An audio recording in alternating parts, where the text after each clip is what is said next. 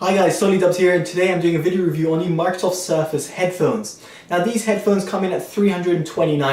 Now that's not cheap. At this price you've got the Bose QC35 Sony XM3s, Nuraphone headphones, and even my personal favourite, the PSB speakers. Not in terms of active noise cancellation, but in terms of the actual audio fidelity that you get from them. Now in this review I'll be comparing the Microsoft Surface headphones to those ones. Now first let's talk about what you get in the box. The headphones themselves, as you might have expected, you got a hard shell carrying case which is pretty portable and pretty nice looking as well. Comes in that platinum classic Microsoft colour. And then you've got a interconnect, a 3.5mm interconnect, and you've got a USB-C to USB-A charging port. These headphones themselves, in terms of build quality, they only come in one colour. They only come in this platinum colour, which is a sort of classic Microsoft colour. It's not a bad thing, but I would have personally liked them to come in like this burgundy colour they also offer. It just adds a little bit more life. The colour itself has no sort of problem with me, but some people might not like it because it looks a little bit bland or a little bit too much like a laptop, as you might imagine they're Surface products. Now in terms of right and left indicator, you've got them within the headband itself, but also the right cup itself has all the controls.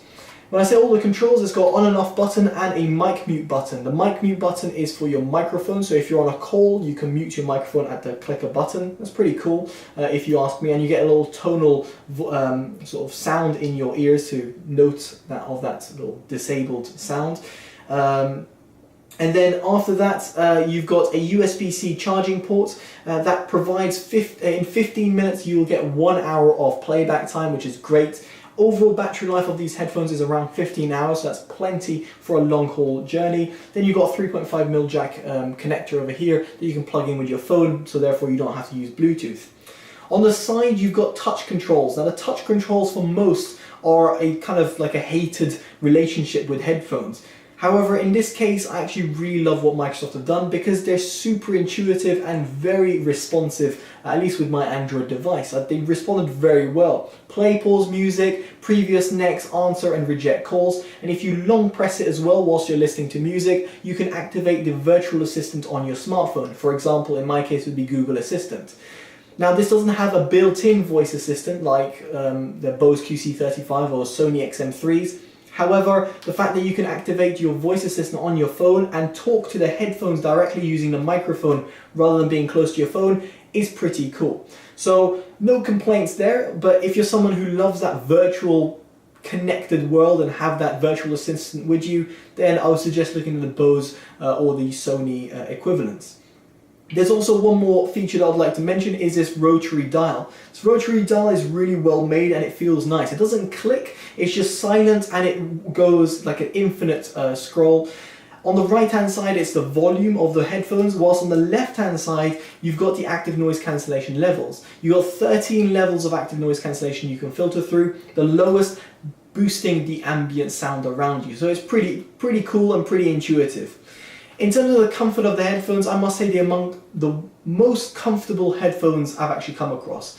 And that's simply because of their pretty large pads and also in terms of diameter. They fit like a glove around my ear, they don't feel like they're on the ear of any sort, and they actually isolate relatively well without active noise cancellation enabled, as in whilst they're off and put them on, it's almost like putting your hand around your ear.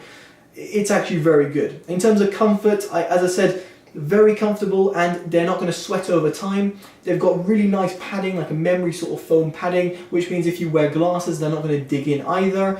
And finally, until the top of the headband, you've got a nice little padding as well. However, the material is a little bit different. It's a sort of silicone type of material like you'd find on the Nuraphone headphones, which means it's easy to clean, but over time, if you're going to wear these for long periods of time, you might feel that little plastic headband kind of digging in at the top of your head. Now let's talk about the active noise cancellation feature of them. Now the active noise cancellation on the maximum level, so level 13 as you might presume, given there's 13 levels, I found them to be not as good as the Sony XM2s, XM3s, Nuraphone headphones or the Bose QC35s. So I would rank them kind of 5th or 6th in terms of my all-time favourite active noise cancellation headphones, in terms of active noise cancellation only. However, they're still very good. It's just that they're not as good as its competitors, which come in at the same price.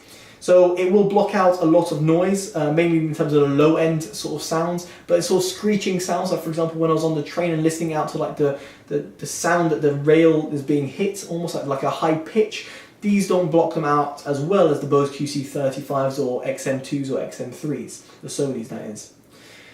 Then let's talk about its connectivity. Now, Bluetooth connectivity is very important, and unfortunately, unlike the Bose and unlike the Sony headphones or the Nuraphones, these come with Bluetooth SBC only, which means it's transmitting at the lowest quality Bluetooth transmission you can potentially have. Therefore, you're losing that sort of quality over Bluetooth. You're not going to get that CD quality transmission or lossless type of transmission via LDAC, for example, like the Sonys do.